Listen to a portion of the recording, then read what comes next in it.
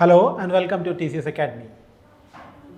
UGC NET का exam 21 अक्टूबर को है और उसी एग्ज़ाम के प्रिपरेशन के लिए TCS Academy हर एक सब्जेक्ट में क्वेश्चन आंसर डिस्कशन की सीरीज़ चला रहा है और हम इसी क्रम में ज्योग्राफी के लिए सुपर 10 ये क्वेश्चंस वो हैं जो प्रोबेबल हैं या जो मॉडल क्वेश्चंस हो सकते हैं, उस क्वेश्चन को ध्यान में रख करके जो बदलता हुआ पैटर्न है एग्जामिनेशन का उसको ध्यान में रखते हुए हमने क्वेश्चन सेट किए हैं और कुछ क्वेश्चन के हम डिस्कशन कराते हैं। इसके अलावा ज्योग्राफी में मैं प्रीवियस ईयर क्वेश्चन पेपर की डिस्कशन भी बहुत जल्द शुरू करूंगा, लेकिन आज सुपर 10 में 10 अच्छे क्वेश्चंस जो आपकी प्रिपरेशन को और मजबूत बनाएंगे। चलिए शुरू करते हैं। पहला क्वेश्चन देखिए, पहला क्वेश्चन कह रहा है फ्यूमोरोल्स के लिए है। फ्यूमोरोल्स यानी धुआंरे। क्वेश्चन है निम्नलिखित कथनों पर विचार करें। क्या क्वेश्चन है? निम्न कथनों पर विचार करें, यानी कुछ स्टेटमेंट्स दिए गए हैं और उन स्टेटमेंट्स को आपको कंसीडर करना है, फिर उसके बाद नीचे जो इंस्ट्रक्शन दिए रहेंगे वैसा ही आंसर आपको करना है। तो धुआंरे के बारे में निम्नलिखित कथनों पर विचार करें। पहला कथन है धुआंरे ज्वालामुखी क्रिया के प्रारंभिक लक्षण माने जाते हैं। दूसरा, गेसर एवं गर्म जल स्रोत यानी हॉट स्प्रिंग की गर्म जल स्रोत की अपेक्षा धुआंरे का निःसृत वाष्प का तापमान बहुत अधिक होता है। फिर कह रहा है धुआंरे से निःसृत पदार्थ में वाष्प का प्रतिशत 75 to 80 है। इसमें से असत्य कथन आपको चुनना है, रॉन्ग स्टेटमेंट चुनना है। इसके पहले कि हम रॉन्ग स्टेटमेंट चुने, हम आइए धुआंरे की कुछ विशेषताएं समझ लेते हैं, क्योंकि जब हम धुआंरे की विशेषताएं समझेंगे तो ज़्यादा इजी हो जाएंगे। पहला,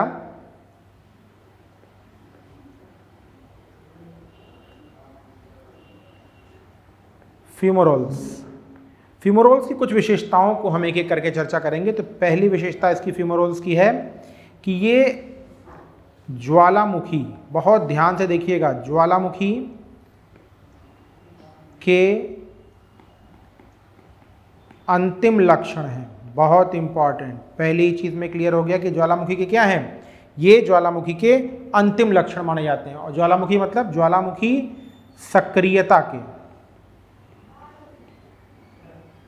यानी वॉल्केनिक एक्टिविटी का जो लास्ट लक्षण है वो कौन होता है? वो फ्यूमोरोल्स होता है। और उस फ्यूमोरोल से निकलता क्या क्या है? इस फ्यूमोरोल से निकलता है 98 to 99% क्या? वाष्प। दूसरा वर्ड भी क्लियर कर दिया, 98 to 99% क्या होता है? फ्यूमोरोल से वाष्प होता है। इसके अलावा कुछ गैसेस होती हैं।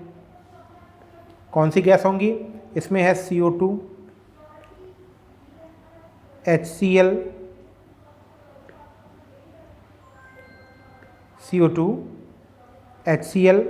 उसके अलावा H2S, नाइट्रोजन, ऑक्सीजन एवं NH3। ये सब वो गैसें हैं जो कहाँ से निकलती हैं? जो निकलती हैं फ्यूमोरोल्स से। तो फ्यूमोरोल्स ज्वालामुखी सक्रियता के लास्ट लक्षण होते हैं। 98% इसमें वाष्प होता है। इसके अलावा CO2, HCl, H2S, nitrogen, oxygen और अमोनिया इसकी प्रमुख गैसें हैं। इसके अलावा ऐसा भी फ्यूमोरोल होता है जिसमें गंधक यानी सल्फर होता है। उसे हम क्या कहते हैं? उसे हम सोल्फ तारा कहते हैं। तो गंधक वाले जो फ्यूमोरोल्स होते हैं उन्हें क्या कहते हैं? उन्हें हम सोल्फ तारा कहते हैं। और ऐसे ही सोल्फ तारा वाली स्थिति में गंधक का हम आर्थिक उपयोग करते हैं। इसके अलावा इससे निकलने वाली गैसों से एनर्जी भी बनाई जाती है। तो आप देखिए, अब आंसर आपको क्लियर हो जाएगा। धुआंरे ज्वालामुखी की सक्रियता के प्रारंभिक लक्षण नहीं, अंतिम लक्षण होते हैं। गलत हो गया। गेसर गर्म जल के स्रोत की अपेक्षा धुआंरे का निःसृत तापमान बहुत अधिक होता है। बिल्कुल, ये लगभग 645 डिग्री सेल्सियस होता है। मतलब जो धुआंरे का जो तापमान होता है, धुआं निकलने वाला जो धुआं आता है उसका कितना, वो 645 है। वो गेसर से, हॉट स्प्रिंग से ज़्यादा होता है। तो दूसरा सही हो गया। और तीसरा, धुआंरे से निश्चित पदार्थ में वाष्प का प्रतिशत 75 to 80 नहीं, ये 98 to 99% होता है। तो ये गलत हो गया, मतलब केवल 2 सही है, तो 1 और 3 इसका आंसर हो गया। Is that clear? चलिए, इस सेशन का यही इंपॉर्टेंट रोल है कि हम आपको प्रिपेयर करा रहे हैं, सिर्फ क्वेश्चन आंसर नहीं डिस्कस कराते कि आपको सिर्फ क्वेश्चन आंसर डिस्कस करा दिया और डिस्कस क्या करा दिया, जैसे आपको क्वेश्चन का आंसर बता दिया, वो तो आप आंसर की से भी जान जाएंगे। चलिए नेक्स्ट क्वेश्चन पे आते हैं हम। कौन सा सही सुमेलित नहीं है? Which one is not correctly matched? Which one is not correctly matched? देखिए, साल्ट रेंज। साल्ट रेंज कहाँ है पहले देखते हैं। साल्ट रेंज, साल्ट रेंज कहाँ है? पहली चीज देखते हैं, साल्ट रेंज कहाँ है? पाकिस्तान में। आप समझ गए, साल्ट रेंज कहाँ है? पाकिस्तान में। और साल्ट रेंज पाकिस्तान में है, ये एक तरीके का कैसा पर्वत है? ब्लॉक माउंटेन है। साल्ट रेंज कैसा है? ब्लॉक माउंटेन है। तो पहला क्या हो गया? वलित हो गया, नहीं, ये ब्लॉक माउंटेन है। फिर ब्लैक हिल्स, आपको ये बिल्कुल पता है कि जो ब्लैक हिल्स है वो गुंबदाकार पर्वत है। और कहाँ पे है ब्लैक हिल्स? है कहाँ? बिल्कुल सही है, ये गुंबदाकार पर्वत है।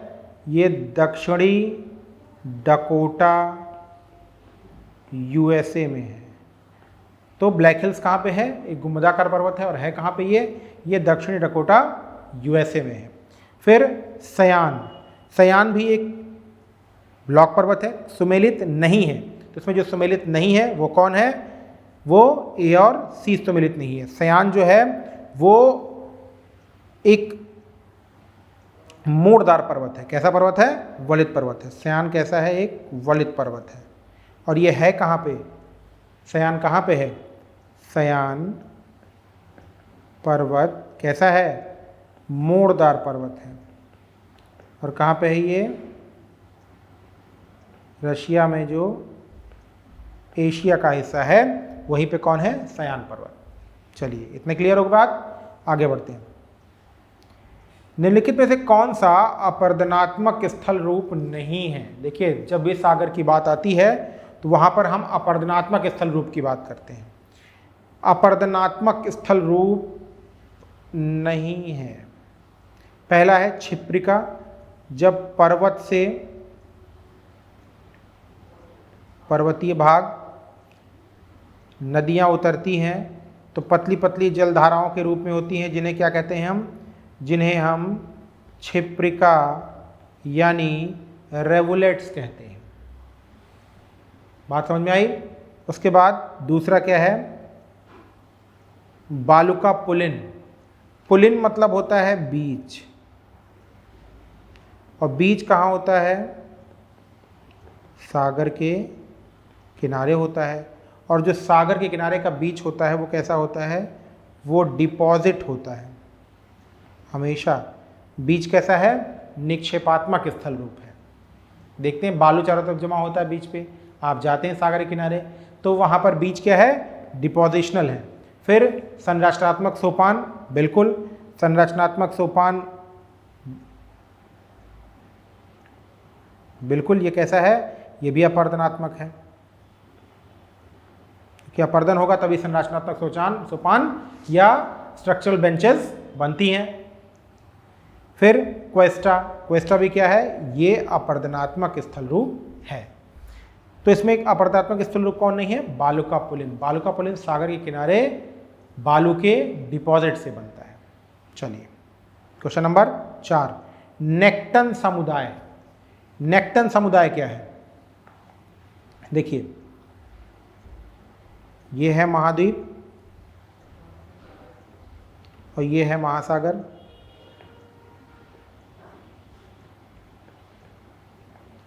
महासागर में किसी भी गहराई पर, वो गहराई ऊपरी तल भी हो सकता है, वो गहराई निचला तल भी हो सकता है। तो महासागर में किसी भी गहराई पर पाए जाने वाले जो जंतु होते हैं, जंतु कहाँ पर? किसी भी गहराई पर, वो गहराई कोई भी हो सकती है, वो गहराई कहाँ हो सकती है, वो गहराई ऊपरी भाग भी हो सकती है, वो गहराई निचले भाग भी हो सकती है। तो इसमें जो गहराई पर पाए जाने वाले जंतु हैं वो नेक्टन समुदाय में आते हैं। इसमें मछलियाँ भी इम्पॉर्टेंट हैं।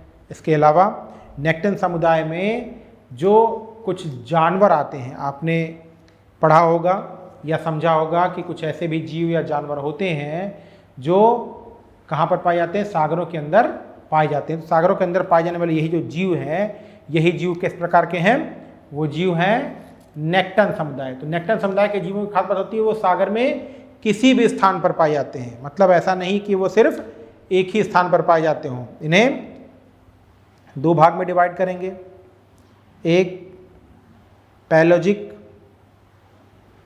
या ऐसा लिखते हैं इसे पेलैजिक, बहुत ध्यान से देखिएगा, पेलैजिक, और दूसरा सागर के नितल, सागर नितल में। तो पेलैजिक निक्षेप या सागर के नितल में रहने वाले जो जीव होते हैं दो प्रकार में बांटे जाते हैं। किसको, नेक्टन को। तो नेक्टन को दो प्रकार में बांटा, पैलेजिक मतलब ऊपरी सतह पर, और जो दूसरा है वो है सागर नितल यानी नीचे की तरफ। तो इसमें कुछ और भी जीव हैं जैसे सील, इसके अलावा व्हेल, डॉल्फिन, सागरी गाय, व्हेल, डॉल्फिन, सागरीय गाय, ये सब कौन है, ये सब वो हैं जो नेक्टन समुदाय में आते हैं। तो नेक्टन के दो भाग, एक होता है पैलेजिक, दूसरा होता है सागरी नितल पे बनने वाले रहने वाले जीव। क्लियर हो गया। तो सागर के विभिन्न गहराई में जंतुओं को क्या कहते हैं, नेक्टन कहते हैं। चलिए आगे निकलते हैं, क्वेश्चन नंबर 5 पे आते हैं। बेंगुला धारा हिंद महासागर में प्रवाहित होती है। दूसरा, पश्चिमी ऑस्ट्रेलिया एक शीतल धारा है। सॉरी, तीसरा, बेंगुला धारा हिंद महासागर में प्रवाहित होती है। तीसरा, हम्बोल्ट धारा चिली के तट के रास्ते प्रवाहित होती है। ओयोसिवो धारा जापान तट को गर्म करती है। कौन सा सही है, सही के बारे में पूछ रहा है। तो आइए हम एक एक करके एक एक धाराओं को देखते हैं।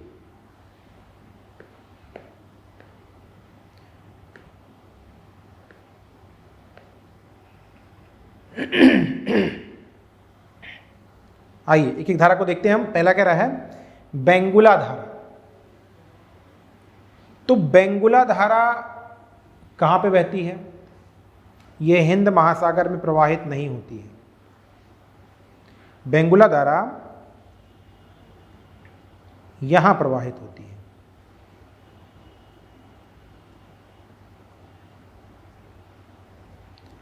बिना फिगर के ज्योग्राफी में अगर आप पढ़ रहे हैं तो कोई मतलब। बेंगुला धारा जो है वो कहाँ से प्रवाहित होती है, वो यहाँ से प्रवाहित होती है। ठीक, ये कौन सी धारा है, Benguela.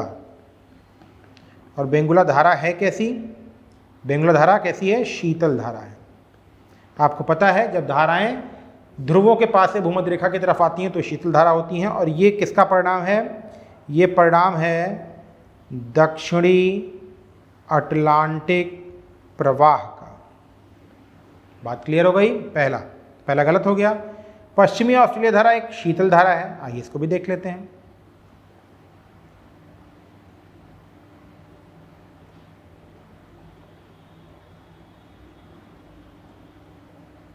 Figure is always important.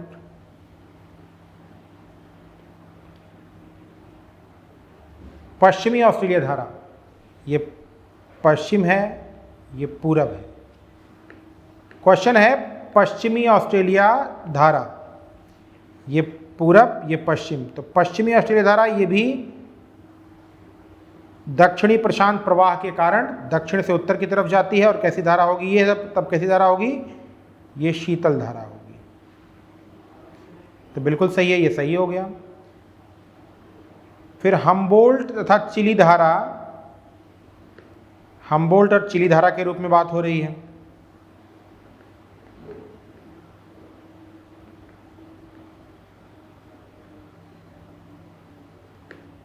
Humboldt तथा चिली धारा, आइए देखते हैं। सबको हम एक एक फिगर के माध्यम से देखेंगे।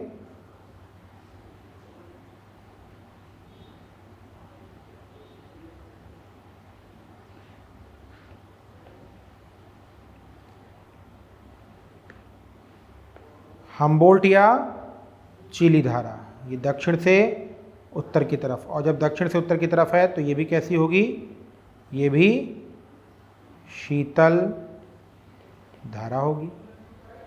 क्लियर? चिली के रास्ते प्रवाहित होती है, बिल्कुल सही है, तो ये भी सही हो गया। फिर चौथा क्वेश्चन कह रहा है ओहियो सीवो धारा जापान के तट पर गर्म जल लाती है। देखिए जापान के तट पे आई है अब।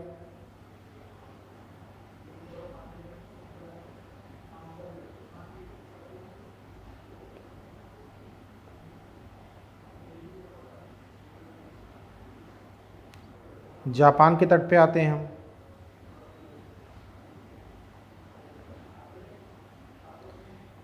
यहां से एक धारा बहती है जिसे हम कहते हैं क्यूरोशिवो, जो कैसी है, जो गर्म धारा है। और यहां से एक धारा आती है जिसे हम कहते हैं ओहियो शिवो, तो क्यूरोशिवो और ओहियोशिवो। ओहियोशिवो धारा है तो कैसी होगी, ओहियोशिवो धारा होगी शीतल। कह रहा है आयोशिवो या ओहियोशिवो धारा जापान के तट पर गर्म जल लगती है, तो ये भी गलत हो गया। तो आंसर कौन सा सही हो गया? क्वेश्चन क्या पूछ रहा था इसमें, कौन सा सही है? तो दूसरा और तीसरा, यानी ऑप्शन नंबर सी सही हो जाता है। कितने आसानी से हम मुश्किल प्रश्नों को हल कर लेते हैं। चलिए देखिए, एक क्वेश्चन और पूछ रहा है कि काला सागर का खारापन भूमध्य सागर की अपेक्षा कम है। काला सागर का जो खारापन है वो भूमध्य रेखा की अपेक्षा क्या है, भूमध्य रेखा की अपेक्षा कम है। तो अगर काला सागर कम है तो क्या कारण है? आपको पता है कि लवणता का जो संबंध होता है वो उसमें मिलने वाले स्वच्छ जल से भी संबंधित होता है। स्वच्छ जल, तो स्वच्छ जल में कौन कौन जल है? जो जल नदियों के द्वारा लाया जाता है वो क्या होता है, वो स्वच्छ जल होता है। और काला सागर में नदियां बहुत गिरती हैं। पहले काला सागर का एक फिगर बनाएंगे।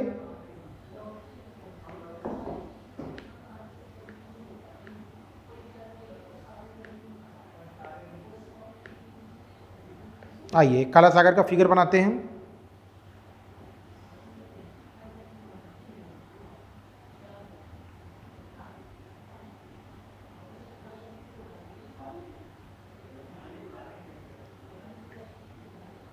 यहाँ पे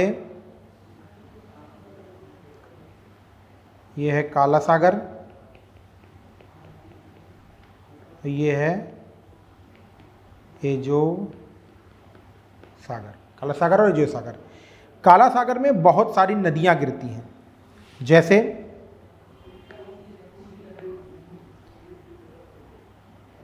ये साउथबर्ग,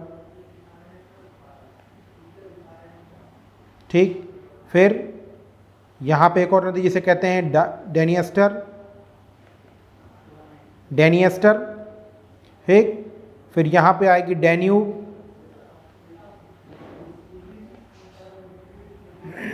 फिर दक्षिण से भी नदी वो स्पाइकरा, SAKARYA, साइकरा। उसके बाद यहाँ पे फिर एक नदी जिसे हम कहते हैं फिलियोस,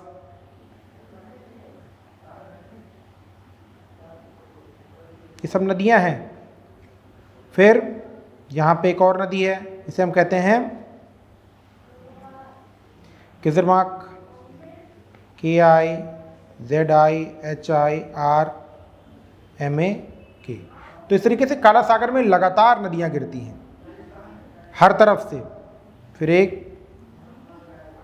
CARUH।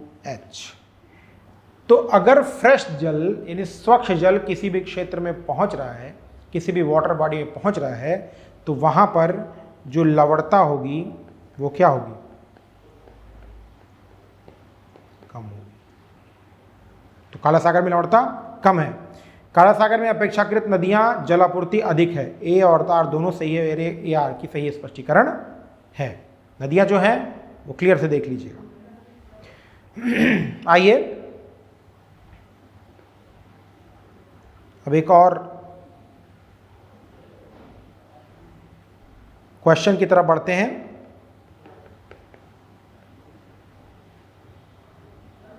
नेक्स्ट क्वेश्चन है, सुमेलित कीजिए।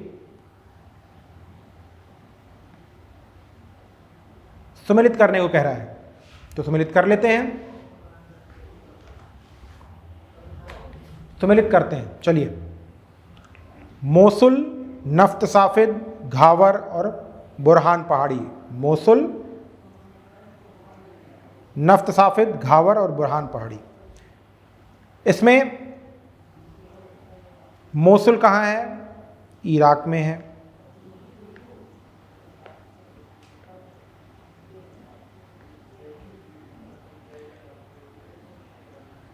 दूसरा, नफ्त साफिद कहाँ है? ईरान में है। तीसरा, घावर कहाँ पे है? सऊदी अरब में। और बुरहान पहाड़ी कहाँ है? कुवैत में। ये सभी खनिज तेल उत्पादक क्षेत्र हैं। आइए एक फिगर के माध्यम से जरा हम देख लें कि कौन सा क्षेत्र क्या कहलाता है। ज़्यादातर लोगों को तो ये पता ही नहीं है कि कौन सा क्षेत्र सऊदी अरब है, कौन सा यमन है। देखिए ये है, ये दो क्षेत्र हैं। ये क्षेत्र है यमन और ये है ओमान। फिर यहाँ पे UAE, यहाँ पे बड़ा देश ईरान, यहाँ पे इराक, ईरान, सऊदी अरब। ये क्या है? ये रेड सी है। क्या है ये?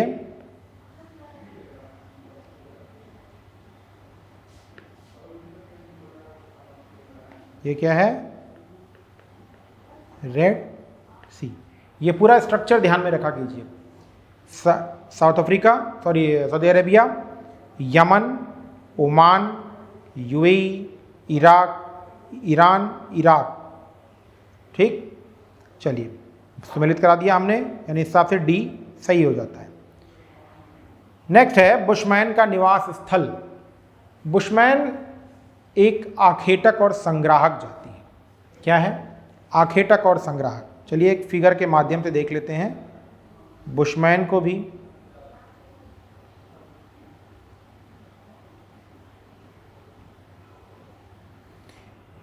देखिए ये जो प्लेस है यहाँ पे है नामीबिया,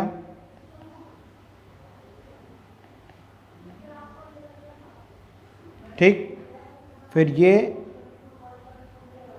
दक्षिण अफ्रीका। यहाँ पे एक छोटा सा देश है जिसे कहते हैं हम लोसोथो। यहाँ पे है बोत्सवाना।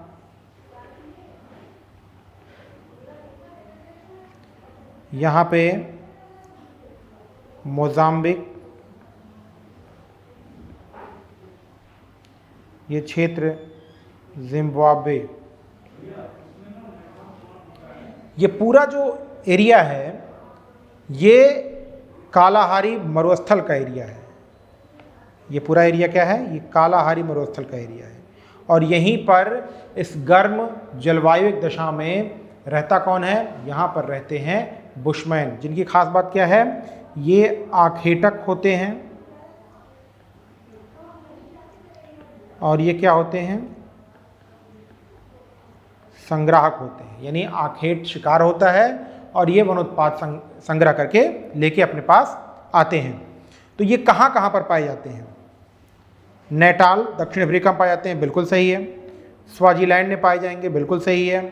बोत्सवाना में पाए जाएंगे, बिल्कुल सही है। अंगोला में नहीं पाए जाएंगे, अंगोला में ये नहीं पाए जाते हैं, ये इन्हीं क्षेत्रों में पाए जाते हैं। तो नेटाल, स्वाजीलैंड, बोत्सवाना, यानी 1, 2 और 3, सी वाला ऑप्शन इसका क्या हो गया? सही हो गया। चलिए आगे आते हैं क्वेश्चन नंबर 9 पे। भारतीय जनगणना विभाग द्वारा निम्न विशेषताएं नगरीय बस्ती। अब नगरीय बस्ती की विशेषताएं, पहला जनसंख्या 10,000, बिल्कुल नहीं, ये जनसंख्या होनी चाहिए 5,000। कोई भी ग्राम पंचायत जब नगर पंचायत बनती है उसके लिए कम से कम 5,000 जनसंख्या होनी चाहिए। 400 व्यक्ति प्रति वर्ग किमी से कम ना हो। तो ये भी सही है, ये तो सही है कि जो डेंसिटी होनी चाहिए 400 पर्सन पर km² होनी चाहिए। 85% गैर कृषि नहीं, 75% गैर कृषि में लगा होना चाहिए, यानी 75% जनसंख्या अगर गैर कृषि कार्यों में हो, 400 पर्सन प्रति किलोमीटर घनत्व हो उसका, और वहाँ पे 10,000 या उससे अधिक, यानी 5,000 या उससे अधिक जनसंख्या हो, तो वो ग्राम पंचायत किसमें हो सकती है? कोर्ट प्रदेश सरकार चाहे तो न्याय पंचायत में टर्न कर सकती है। तो हिसाब से क्या हो गया? केवल 2 सही है।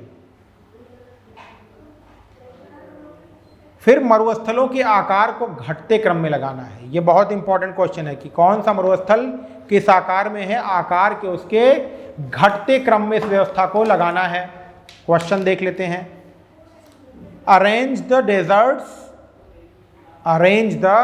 डेजर्ट्स। चलिए, सहारा, ऑस्ट्रेलिया, अरेबियन गोबी, एक एक आते हैं। देखिए सबसे बड़ा जो है इसमें वो है सहारा, दूसरा, तो देखिए 3 ऑप्शन में दूसरा दिया हुआ है। उसके बाद जो सबसे बड़ा है वो है ऑस्ट्रेलिया, तो ऑस्ट्रेलिया 1, ये ऑप्शन सही हो जाता है। सबसे बड़ा सहारा, फिर ऑस्ट्रेलिया और फिर अरेबियन, फिर गोबी। आइए एरियाज देख लेते हैं, कौन से एरिया में कौन सा मरुस्थल है। पहला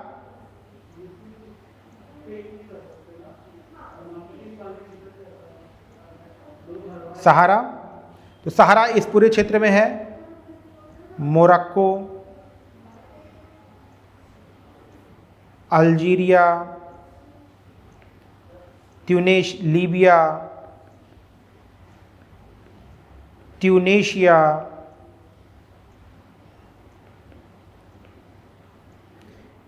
इसके अलावा यहाँ पर नाइजर,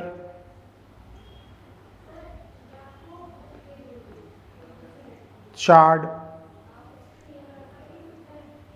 मारिटानिया और यहाँ पे माली। ये पूरा इलाका जो है वो किसका है? वो विश्व के सबसे बड़े मरुस्थल यानी सहारा का है।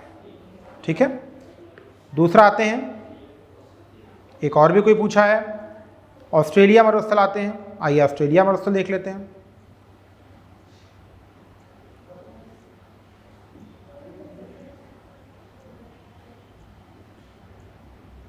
ऑस्ट्रेलियन मरुस्थल,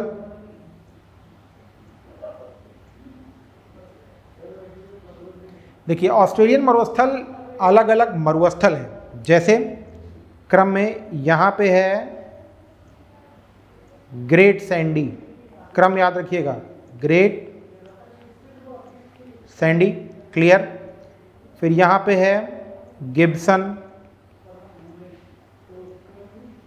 फिर और नीचे ग्रेट विक्टोरिया,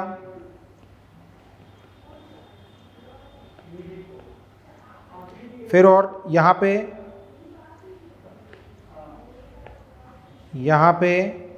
ये है सिम्पसन, और यहाँ पे है स्टुअर्ट।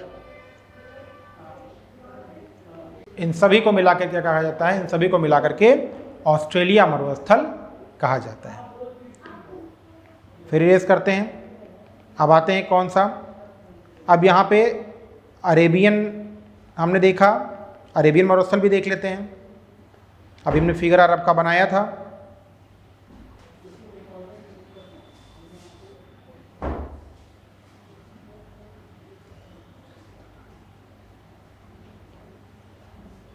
ये है अरब मरुस्थल। ठीक,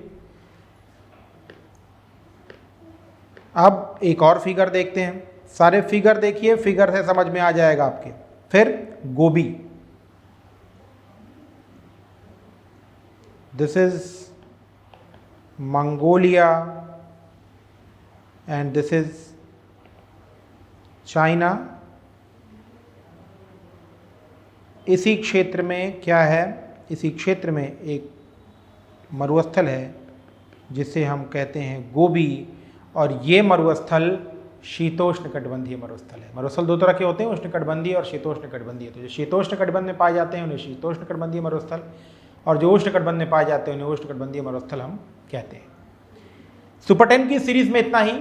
नेक्स्ट सीरीज में नेक्स्ट 10 नए क्वेश्चन के साथ, जो जिनका लेवल, आप क्वेश्चन लेवल देखिए, क्वेश्चन टॉपिक आसान होते हैं, लेवल उसका अलग होता है। तो ये अरेंज्ड क्वेश्चंस हैं आपकी प्रिपरेशन को और मजबूत करने के लिए। इस वीडियो सेशन में इतना ही। नेक्स्ट वीडियो सेशन में हम फिर सुपर 10 की एक सीरीज के साथ आएंगे। तब तक के लिए good bye and good luck.